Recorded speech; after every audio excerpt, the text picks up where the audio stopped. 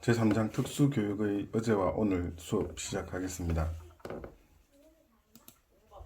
먼저 수업 전에 작성한 원페이퍼 보고서를 읽고 자신의 생각을 정리해 봅시다. 다음 3장의 중심 주제는 이런 내용입니다. 현대 특수교육 동향 중 주류화의 원리 9가지에 대해 살펴보고 어린이집이나 유치원에서 적용할 수 있는 부분을 찾아서 논의해 보는 것입니다. 오늘의 목차는 세 가지입니다. 유럽과 미국 특수교육의 발달, 두 번째 우리나라 특수교육의 발달, 세 번째 현대 특수교육의 동향, 이렇게 나눠서 수업을 진행하도록 하겠습니다. 먼저 유럽과 미국 특수교육의 발달 부분에서는 5가지로 나누어질 텐데요. 첫 번째, 서역 기원 이전의 원시 시대 및 고대에는 이랬습니다. 장애인들의 생존을 위한 위협적인 요소들이 많았습니다. 자연의 독특함, 아주 혹독함, 그리고 적의 공격, 경제적인 위험 요소들이 장애인들의 위협을 가하는 요소들이었습니다. 그 두 번째 보면 사회의 가혹한 태도들이 있었습니다. 장애인들에 대해서 무시하고 학대하고 방임, 유기시키는 이런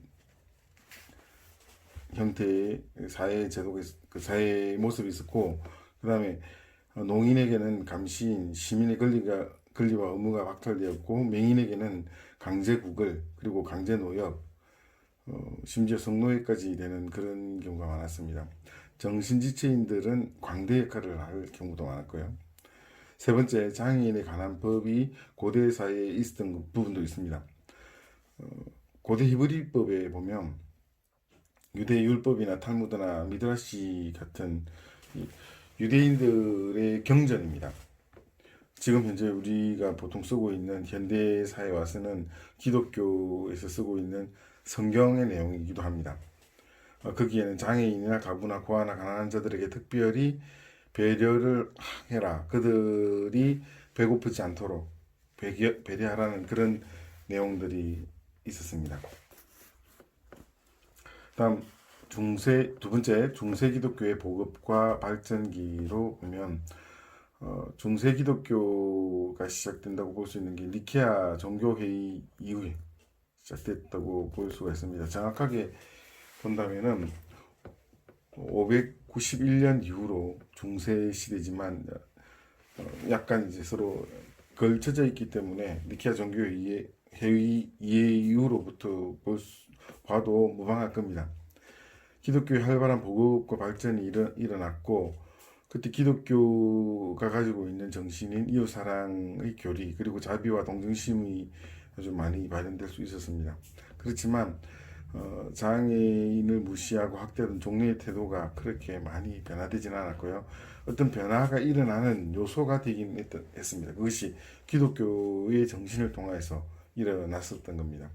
그래서 일어났던 형태 중에 하나가 장애 아동을 보호하고 시설을 만들어서 수용하는 그런 운동이 만들어졌습니다. 주로 보면 수도원 같은 곳에서 이런 장애인들을 보호하고 수용하면서 함께 먹고 살아갈 수 있도록 만들어주는 그런 일들이 일어났습니다. 기독교 교리의 근본 정신에서 보면 의식주를 해결하고 생활에 필요한 것들을 공급해주는 것은 꼭 해야 될 당연한 일로 이렇게 보아집니다. 자비 동정보다는 권리와 의무라는 차원으로 보는 것이 바람직했습니다. 그때는 이제 인간의 선한 양심으로 하는 것보다 기독교인은 당연히 이웃을 위해서 돕고 희생해야 된다는 그런 정신을 가지고 있었습니다. 세 번째, 근대 사상의 태동과 교육의 시도가 일어났습니다. 근대 사상이 발전했던 것은 르네상스 종교개혁 그리고 과학의 발달로 인해서 근대 사상이 형성되기 시작했습니다. 거기서 아주 중요한 요소는 바로 르네상스입니다. 르네상스는 인문주의 교육 사상이 대두되는 계기가 되었습니다. 중세가 무너지면서 인문학을 발달시키면서 인문주의가 일어났습니다. 그때 일어난 이 르네상스 시대에 장애아의 본성과 장애의 본질을 합리적으로 이해하려고 노력하는 이런 새로운 시도가 일어났습니다. 그래서 장애학 교육에 대한 가능성을 이 르네상스 시대에 얻게 되었습니다. 그 다음 또 중요한 새로운 요소가 종교개혁입니다. 중세 시대가 마감되고 르네상스 시대의 어떤 영향으로 종교개혁이 일어나는데 유럽 전역에서 이 종교개혁은 엄청난 파동을 일으켰습니다. 그 중에서 교육의 부분에서 본다면 장애인도 타고난 선한 마음과 체험으로 신과 접촉할 수 있다고 주장하게 된 겁니다. 과거에는 장애인이라면 이제 신을 믿을 수 없다고 이렇게 배척되는 그런 상황이었습니다만 종교개혁으로 인해 가지고 누구나 다 하나님을 만나고 하나님을 믿을 수 있다고 이렇게 변화됐습니다. 그래서 농인이나 명인이나 정신지체인들도 그리스도인이 될 수 있다고 이렇게 봤습니다. 빈부, 성별, 능력, 계급에 관계없이 모든 국민을 대상으로 보통 교육이 주창되었습니다. 이때 이런 것들 주장했던 사람들이 칼빈이라든지 루트라든지 저뱅글리라든지 이런 그때 당시에 종교개혁자들인데 이런 사람들이 공통적으로 주장했습니다. 그리고 종교개혁이 일어나면서 학교 설립과 유치 이런 것들은 세속 정부에서 책임져야 된다는 이런 생각을 가졌습니다. 이때 당시에 종교개혁이 단순하게 그냥 종교의 개혁이 아니라 그 사회의 개혁이었거든요. 그래서 종교개혁이 일어났던 그 지역은 지역사회 자체가 새롭게 변화를 일으켰습니다. 그 중에서 이제 이런 학교라든지 그리고 교육 시스템 같은 것은 단순하게 그냥 누가 하고 싶은 사람이 그냥 하는 것이 아니라 정부가 국가 시스템 자체가 이렇게 변화되어야 된다는 그런 관점으로 바라봤습니다. 인문주의의 교육 사상에서 진일보해서 보통 교육 사상에 입각한 공교육 제도의 실시를 주장했습니다. 인류 최초로 공교육을 주장했던 사람은 종교개혁가 중에 루트라는 사람입니다. 이 루트가 공교육을 주장해서 보편 교육이 종교개혁 때부터 시작돼서 이 종교개혁자들에 의해서 개신교에 의해서 공교육이 만들어졌습니다. 즉 정부가 책임지고 모든 사람들을 교육해야 된다는 이런 관점이 종교개혁에서 일어났던 겁니다. 훗날 특수 아동의 학교 교육 실현에 있어서도 중요한 사상적 기반을 이 종교교육에서 종교개혁에서 만들어줬습니다. 그 다음에 또 네 번째 의학의 발전이 이루어졌는데 특수 아동의 생리나 병리를 과학적으로 해명하게 되었습니다. 16세기에서 17세기에 이르러서 아그리콜라라는 사람과 카다누스라는 사람이 감각 보상 또는 대치에 의한 장애학 교육 가능성을 주창했습니다. 그리고 장애학 교육을 시도하는 최소의 특수교사가 추천하는 밑거름이 되었던 것이 이 의학의 발달에 의해서 되었던 사실입니다.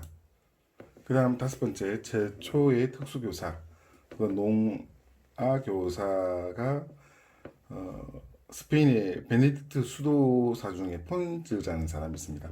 이 사람이 최초의 농아 교사라고 볼 수 있는데요. 농교육의 가능성을 믿고 자기의 신념을 실천적으로 옮겼습니다. 농아동들에게 말하기, 읽기, 쓰기, 산수, 기도하는 법, 미사 드리는 법, 말로 고해성사하는 법을 가르쳤고 말을 할 수 있도록 되어서 장애인들에게 금지되었던 법적 상속권과 재산권을 획득할 수 있도록 도왔습니다. 모국어의 두세 가지 외국어도 가르쳤고요. 그리고 이것은 이제 베네딕트 수도원 출신인 오네라는 사람에 의해서 개성되어서 계속 영국이나 스코틀랜드, 스위스 등지에서 농교육이 실시될 수 있었습니다. 다음 근대 특수교육의 시작과 보급에 대해서 이야기합니다. 여러 사람들의 이야기를 쭉 함께 나눠야 될 텐데요. 먼저 페레스라는 사람은 포르투갈에서 프랑스로 이주해서 농아인 여동생에게 말을 가르치는데 성공했습니다. 보고서를 프랑스 과학 아카데미에 제출해서 1760년에 학사원 회원에 뽑히고 초기에는 특수교육이 개인 교수 중심으로 이루어지는 그런 일에 그런 일에 상당히 큰 도움을 줬던 사람이 베르입니다. 그 다음에 두 번째는 뜨레페인데요. 이 뜨레페는 1760년에 파리에 국립농아학교를 설립했습니다. 세계 최초의 특수학교입니다. 빈민층의 자녀와 고아들을 많이 모아 보호와 교육을 했고, 특히 이 뜨레베는 보네와 야반의 책을 통해서 구화법과 수화법에 대한 지식을 터득했습니다. 빈민층의 자녀와 고아들이 많아서 수화법이 효과적이라는 판단하에서 수화법을 교육하는 데 앞장섰습니다. 그 다음에 하이니케라는 사람은 독일 사람인데요. 1778년에 독일 라이프치히에 최초의 주립 농학교를 설립했습니다. 그래서 구화법에 의한 교육을 실시했고, 이후에 수화법과 구화법에 대한 방법론적 우위에 대한 논쟁이 약 2세기 동안 지속됐습니다. 네 번째, 피넬이라는 사람은 프랑스의 의사였는데 또 그 철학적으로는 관념론자고 심리치료를 앞장섰던 사람입니다.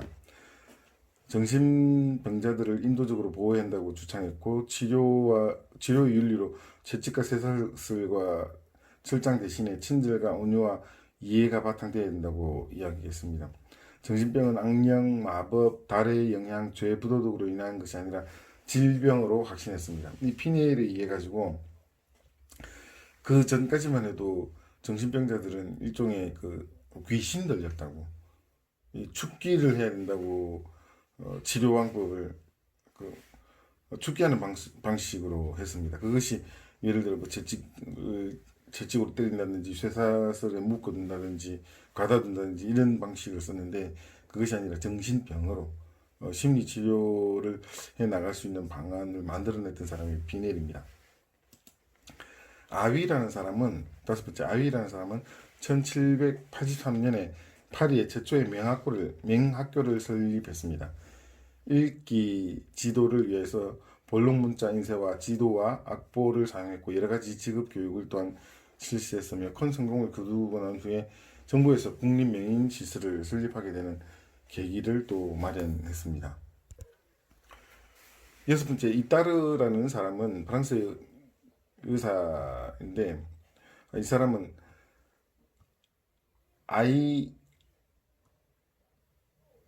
아베이농 숲에서 야생 소년을 발견했다는 굉장히 유명한 사건이 있습니다. 여기서 발견된 야생 소년은 태어나서부터 부모에게서 버림받아서 야생으로 자라났던, 그래서 문명을 전혀 접하지 못했던 아이들을 찾아서 그 아이를 집중적으로 교육하고 치료하려고 했습니다만 사실은 실패했습니다. 그리고 프랑스 과학 아카데미에서 교육방법과 노력에 기인하는 실패가 아니라 야생 소년의 재기간의 불안정성에 기인한다고 판단하고 정신지체에 대해서 과학적인 연구를 하는 어떤 계기를 마련하기도 했습니다. 뒤에 이제 나오는 이 상황에 대해서 뒤에 나오는 것들은 선천적으로 그 아이가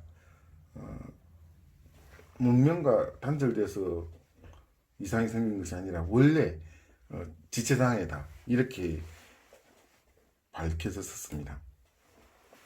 일곱 번째, 세겐이라는 사람은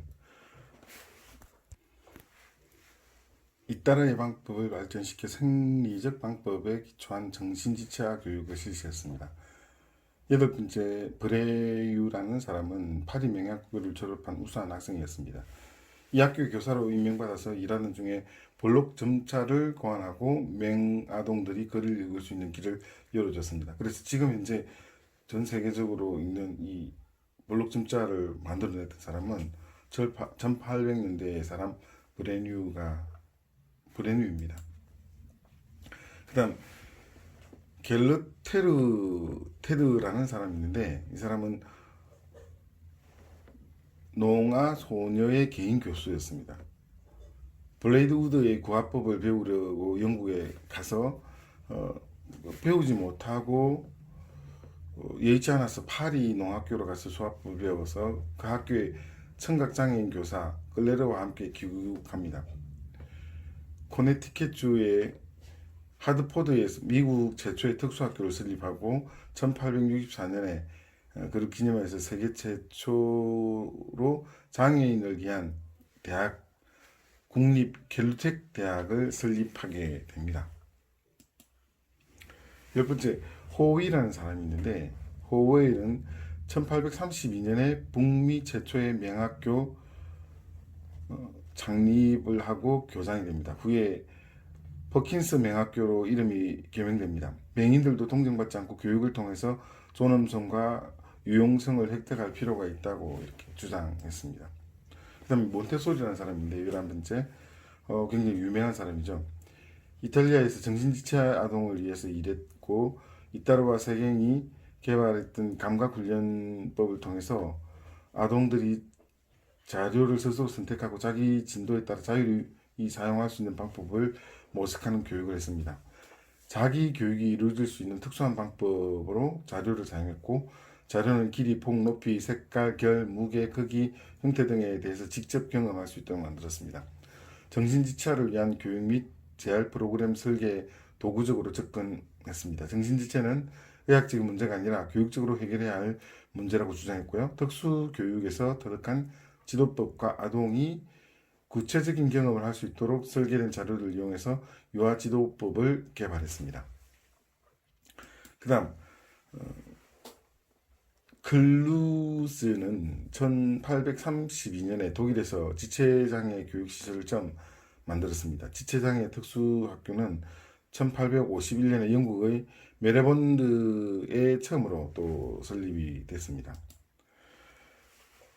13번째, 특수학급은 1869년에 보스턴에서 최초로 통학제 농특수학급이 설치되었고 1896년에 로드아일랜드주 프로비던스에 최초의 정신지체 특수학급이 세워졌고 또 1899년에 시카고에서 지체부자의 특수학급이 만들어졌습니다. 1900년에는 시각장애 특수학급이 만들어졌고 1900년 이후에는 미 전역의 많은 공립학교에서 특수학교가 설립되었습니다.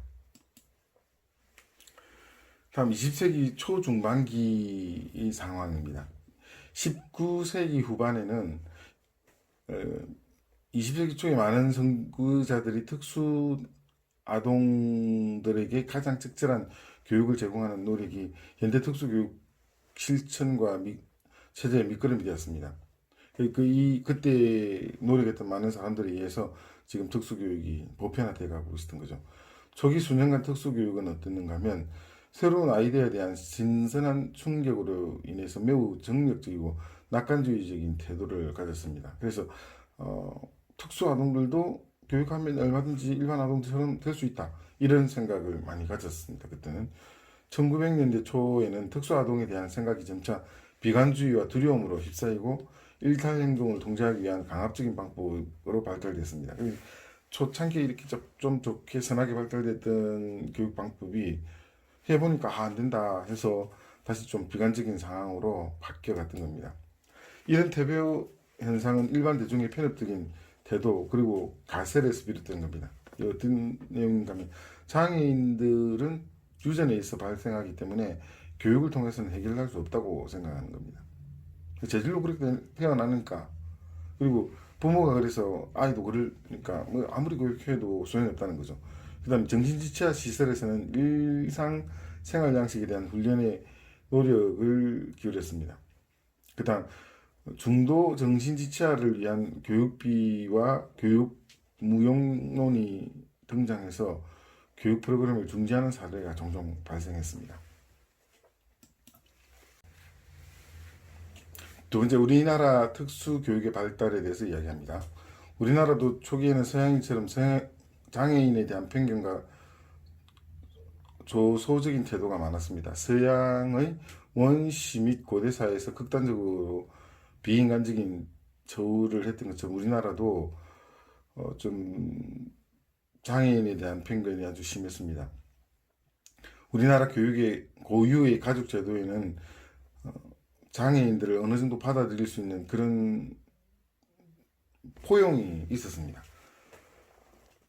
그리고 관에서도 빈민구제와 보호의 대상에 장애인의 일부를 포함시키기도 했습니다.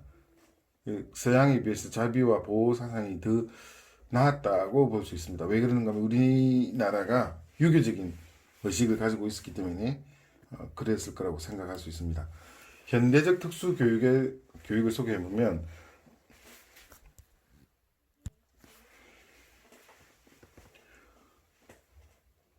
신사유람단의 보고서가 있는데 박정향 등이 일본의 교육기관을 시찰하고 그 가운데 맹화안을 돌아보고 와서 소개했던 내용이 보고서에 있습니다.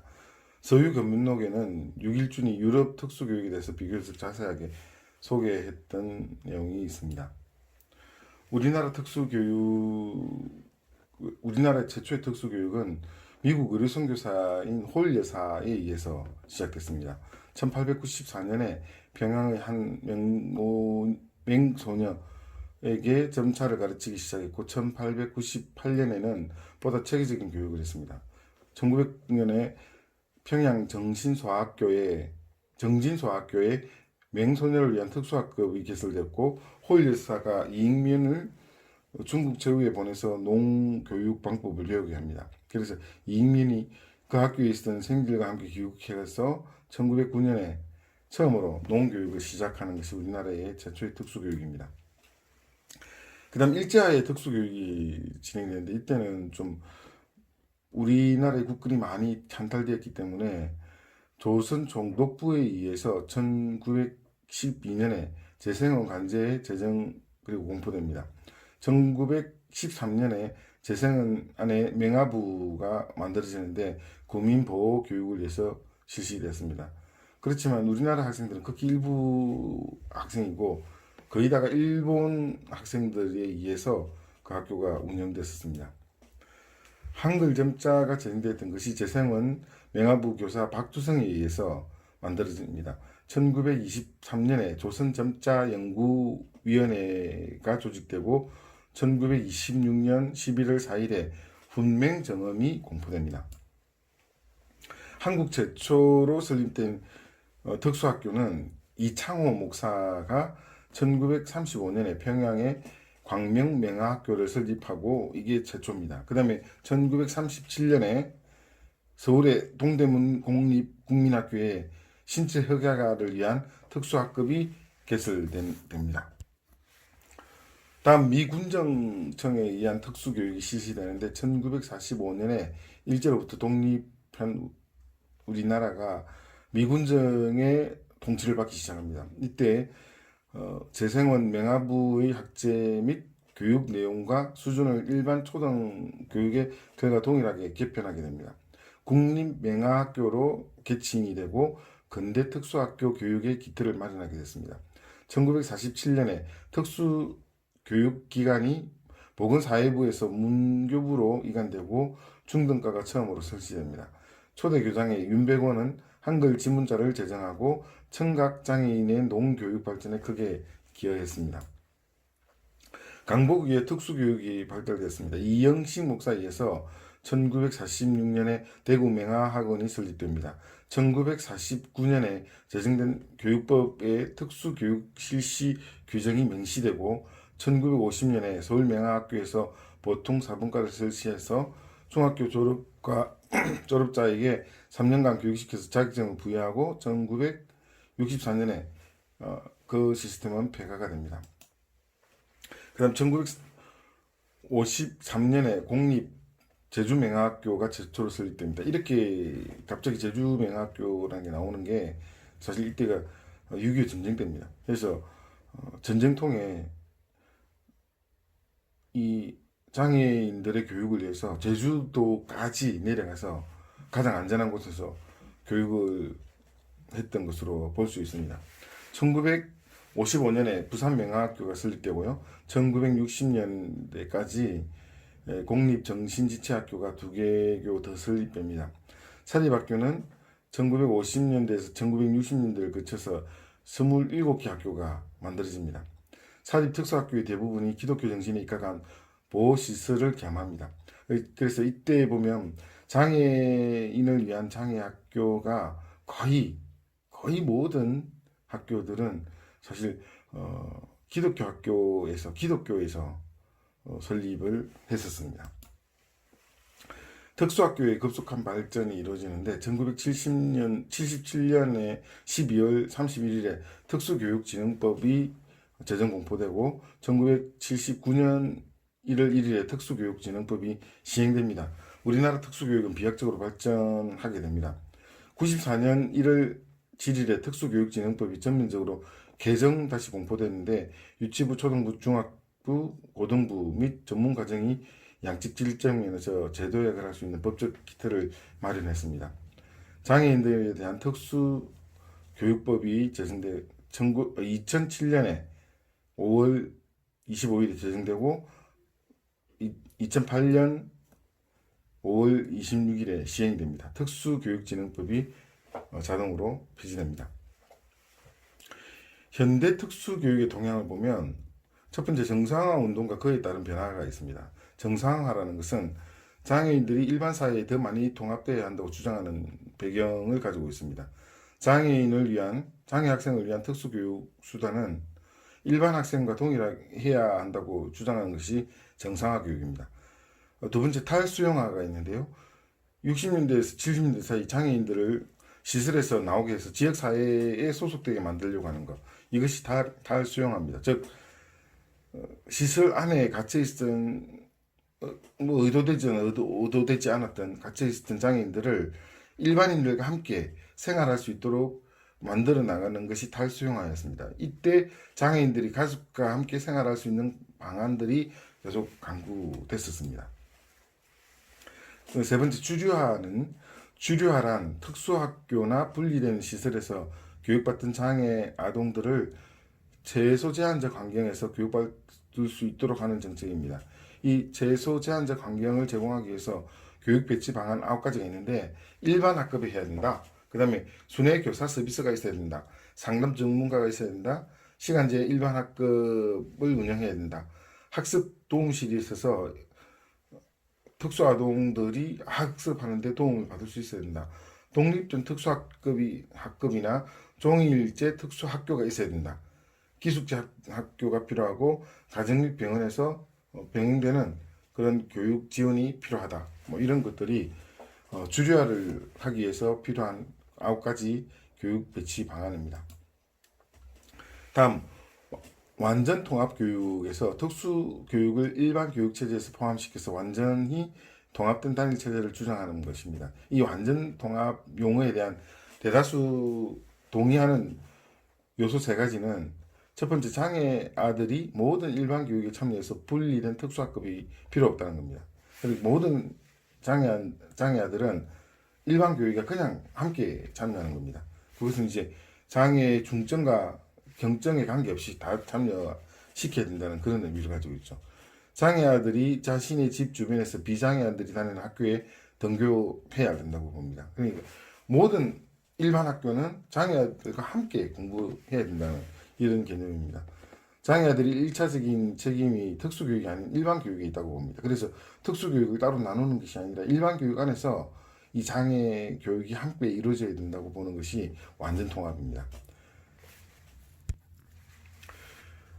특수교육과 일반 교육의 완전 통합을 위한 4가지 과정이 있는데, 첫 번째, 사람에게 좋은 라벨, 즉 오명을 붙이는 것은 좋지 않는 라벨과 오명을 붙이는 것은 해로운 일이라고 보고, 두 번째, 특수교육 별도의 프로그램은 비효과적이라고 합니다. 세 번째, 장애인들은 소수 집단으로 강조되어야 되고, 네 번째, 윤리가 경험보다 선행되어야 된다는 그런 관점을 가지고 있습니다. 이에 반해서 완전 통합에 대한 반론이 6가지가 있는데, 일반 교육자, 특수교육자 및 부모들이 현재 이루어지고 있는 배치의 연속선에 크게 만족하고 있다는 겁니다. 따로 그냥 나눠서 교육하는 것에 만족하고 있다는 거죠. 일반 교육자들은 장애 학생들을 지도하기 싫어하거나 지도할 능력이 없다고 봅니다. 사실 그런 부분도 있습니다. 왜냐하면 특수교육은 특수교육을 받지 않은 교사에 의해서 진행되기가 어렵습니다. 장애인들이 소수 집단이라고 주장하면서 완전 통합을 정당화하려는 것은 잘못이라고 봅니다. 그 다음 또 완전 통합 주장자들이 경험적 증거를 고려하지 않는 것은 전문가로서의 무책임한 행동이라고 보고요.